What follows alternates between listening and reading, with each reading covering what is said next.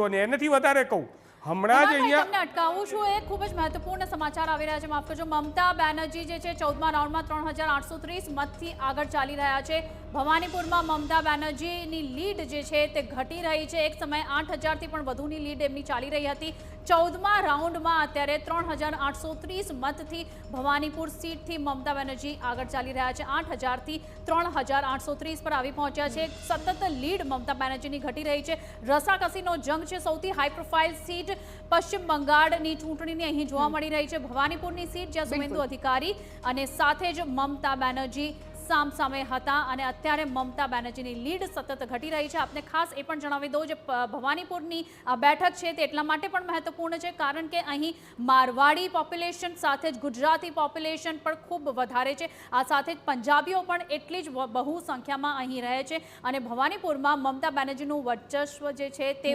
વર્ષોથી આજે ચાલ્યું આવ્યું છે ગઈ ફેરીની ચૂંટણીની વાત કરી 2021માં મમતા બેનર્જી નંદીગ્રામથી લડ્યા હતા જ્યાં સુવેન્દુ અધિકારીએ મમતા બેનર્જીને માત આપી દીધી હતી અને નંદીગ્રામ બેઠક પરથી વિજય હાંસલ કર્યો હતો સુવેન્દુ અધિકારીએ અને આ વખત સુવેન્દુ અધિકારી સવારથી સતત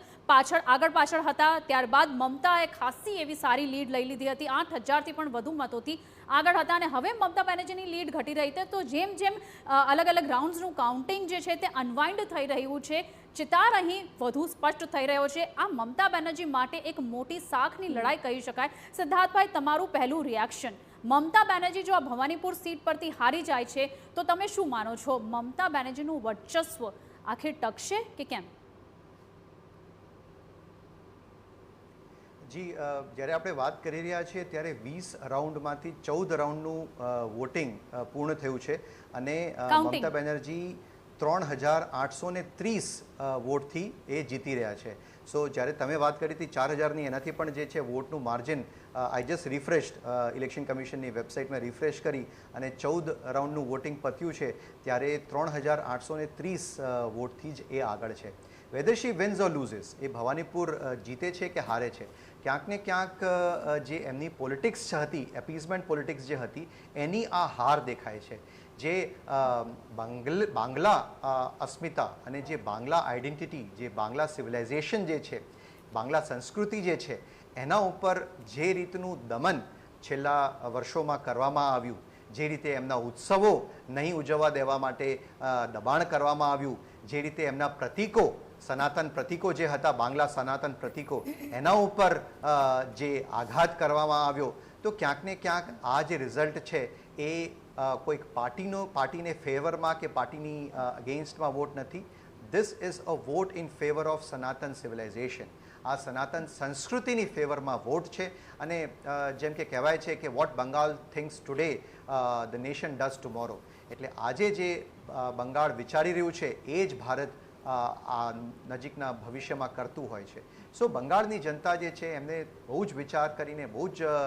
સમજીને આ વખતે વોટ આપ્યું છે અને ધીસ વોટિંગ ધીસ આજે ઇલેક્શન જે રિઝલ્ટ આવી રહ્યું છે ફરીથી હું કહું છું કે એક પાર્ટી કરતાં પણ એક સિવિલાઇઝેશનલ આઈડેન્ટિટી ભારતીય સનાતન આઈડેન્ટિટી એની એ જીત હું જોઈ રહ્યો છું બિલકુલ ચોક્કસપણે અને સિદ્ધાર્થભાઈ જે રીતે મમતા બેનર્જી માં માટી અને માનુષ આ ત્રણ શબ્દો સાથે ચાલતા હતા અને ક્યાંક 15 વર્ષની તેમની સરકાર દરમિયાન આ શબ્દોનો વારંવાર પ્રયોગ કરતા સાંભળવા મળ્યા હતા પરંતુ અત્યારે આ ફેડ આઉટ થઈ ગયું ફેડ થઈ ગયું ક્યાંય એ પરિણામમાં જોવા નથી મળ્યું એટલે હવે તમને શું લાગે છે કે મમતા બેનર્જી જે પ્રકારે અત્યારે કારમી હાર થઈ છે ભવાનીપુરનું હમણાં પરિણામ આપણે જોયું કે 4 રાઉન્ડ બાદ એમની જે લીડ છે એમાં પણ ઘટી રહી છે એટલે ઘરમાંથી જાણે ધક્કો મળતો હોય એટલે વિચારી શકાય કેટલો અસંતોષ હશે કેટલી નારાજગી હશે જી સિદ્ધાર્થભાઈ જિજ્ઞાસાનો જે આ પ્રશ્ન છે એમાં એક વાત હજી હું ઉમેરી દઉં કે અત્યારે 14મા રાઉન્ડની જે કાઉન્ટિંગ છે તેની બાદ પણ સતત ધીરે ધીરે લીડ એમની ઘટી રહી છે અને વધુ એક પોઈન્ટ મારે આમાં એડ કરવાનો છે કે માટી માનુષની જો વાત કરીએ તો જે રીતના અત્યારે ફેક્ટ ચેક સામે આવી રહ્યા છે એમાં એક વાત એ પણ આવી છે કે જે માટી માનુષ શબ્દો જે મમતા બેનર્જી વાપરી રહ્યા છે આ ફ્રેઝનો ઉપયોગ જે કરી રહ્યા છે ઇમોશનલ કનેક્ટ જે ત્યાંના લોકો સાથે બંગાળના લોકો સાથે આટલા વર્ષોથી મમતાએ બનાવેલો છે આ જે ફ્રેઝ છે આ પણ બાંગ્લાદેશથી આવેલો છે અને ખાસ કરીને જે એમને ખ્યાલા હોબે જે વર્ડ જે આ યુઝ કરે છે એ પણ બાંગ્લાદેશથી આવેલો છે તો તમને એવું લાગે છે કે આ બાંગ્લાદેશી ફેક્ટર જે છે અહીંના લોકોમાં ઘર કરી ગયો અને એટલા માટે જ લોકોને એવું લાગ્યું કે જો હવે નહીં થાય તો ક્યારેય અહીં પરિવર્તન નહીં થાય અને એટલા માટે જ લોકોએ પરિવર્તન માટે આ વખત વોટ કર્યું છે. શું કહેશો? જી, એ સિવાય પણ જે ખેલા હોવે, એ સિવાય જે જોય બોંગલા, એ પણ જે સ્લોગન છે એ શેખ મુજીબુર રહેમાન 1971માં જે મુક્તિ બાહિની અને આખું જે આંદોલન ચાલેલું, તો ત્યારે પણ જોય બોંગલા એ પણ એમનું જ સ્લોગન. બીજું જે ઇલેક્શન મેનિફેસ્ટો ટીએમસીએ જે જાહેર કર્યું એને પણ નામ આપ્યું ઇશ્તેહાર. અને ઇશ્તેહાર ક્યાંક ને ક્યાંક જે બાંગ્લા અસ્મિતા છે એ જોડાયેલું છે 1905નું જે બંગાળનું જે વિઘટન કરવામાં આવ્યું, અને આ બ્રિટિશ પીરિયડની વાત કરું છું, અને ત્યારે જે રેડ ઇશ્તેહાર તરીકે એક લોહિયાણ જે ઇતિહાસ બાંગ્લા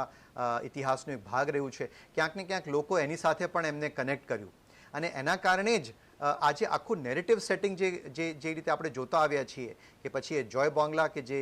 બાંગ્લાદેશ તરફથી આવેલું શેખ મુજીબુર રહેમાનનું કોલિંગ હતું, કે પછી જેમ કે તમે પણ વાત કરી ઇશ્તેહારની વાત કરી, તો આ બધી નાની નાની બાબતો છે કે જે નેરેટિવ જે છે, જે રીતે ટીએમસી જે નેરેટિવ ઉપર ચાલવાની કોશિશ કરી રહ્યું હતું, ક્યાંક ને ક્યાંક સનાતન વોટર્સ છે એને ડિસ્ટર્બ કર્યું, એને એન્ટેગનાઇઝ કર્યું, અને એમને મનમાં એમ હતું કે કોક ને કોક તો મને વોટ કરશે જ, અને જે કોર વોટર્સ છે, મુસ્લિમ કોર વોટર્સ, એના થકી હું સેલ કરી લઈશ, આઈ વિલ સેલ થ્રુ. પણ આ વખતે એવું થયું નથી. વોટ કોન્સોલિડેશન, જે સનાતન વોટ્સ છે એનું કોન્સોલિડેશન થયું છે, અને એના કારણે જ અત્યારે આપણે આ પરિણામ જોઈ રહ્યા છીએ. અને બાંગ્લાદેશમાં જે રીતે હિન્દુઓ ઉપર છેલ્લા અમુક વર્ષોથી અત્યાચાર થઈ રહ્યો છે, જે ભયાનક દ્રશ્યો ત્યાંથી આવ્યા છે, આટલા સમયમાં જે તમામ પોલિટિકલ વાયલન્સ ચાલી રહ્યું હતું અને ઉઠાપટક ચાલી રહી હતી બાંગ્લાદેશમાં, એનાથી પણ અહીં બંગાળના હિન્દુઓને ઇનસિક્યોરિટીનો ભાવ જે છે તે પણ આવ્યો છે. આ ફેક્ટર કેટલી હદે ઘર કરી ગયો છે? અત્યારે થોડી વખત પહેલાં જ અમિત શાહે પણ એક્સ પર પોસ્ટ મૂકીને બંગાળની જનતાનો આભાર વ્યક્ત કર્યો છે. એમાં પણ એમને એક વાત ખાસ કરીને જે મેન્શન કરી છે એ છે ઘૂસણખોરીનો ફેક્ટર, કે ઘૂસણખોરોને જેમને આશરો આપ્યો, જેમને સપોર્ટ કર્યા, આજે એને જ જનતાએ સત્તાથી બેદખલ કરી મૂક્યા છે. સિદ્ધાર્થભાઈ. જી બિલકુલ, આપનું એસેસમેન્ટ એબ્સોલ્યુટલી કરેક્ટ છે. કેમ કે જે છેલ્લા 2-3 વર્ષોમાં જ્યારથી મોહમ્મદ યુનુસ કેરટેકર ગવર્મેન્ટ હતા, હવે તો નવી સરકાર ચૂંટાઈને આવી ગઈ છે બીએનપીની, બાંગ્લાદેશ નેશનલિસ્ટ પાર્ટીની, પણ એ પહેલાંનું જે કાર્યકાળ રહ્યું જ્યારે મોહમ્મદ યુનુસ કેરટેકર ગવર્મેન્ટ તરીકે ચલાવતા હતા, ત્યારે અસંખ્ય કેસીસ આવ્યા કે જ્યાં આખાને આખા જે હિન્દુઓના ગામ છે, હિન્દુઓના ઘર છે, એને બાળી નાખવામાં આવ્યા હતા. એના સંગીતકાર, હિન્દુ સંગીતકારોને પણ બાળીને મારી નાખવામાં આવતા હતા. મહિલાઓ પર રેપ અને બળાત્કાર અને એની ઘટનાઓ પણ એકદમથી વધી ગઈ હતી. તો આ બધી ઘટનાઓ જોઈને એક બાજુ જે મમતા બેનર્જી છે એમની ચુપ્પી હતી, અને ક્યાંક ને ક્યાંક એ ઓલમોસ્ટ ફેવર કરતા હતા, કહેતા હતા કે રોહિંગ્યાઓ જે છે, ઇલીગલ માઇગ્રન્ટ્સ જો એ જશે ભારતથી તો એ મારી લાશ ઉપર જશે. સો ક્યાંક ને ક્યાંક એ ઇલીગલ માઇગ્રન્ટ્સને છાવરવાનું પણ કામ કરતા હતા. તો જે બાંગ્લા માનુષ છે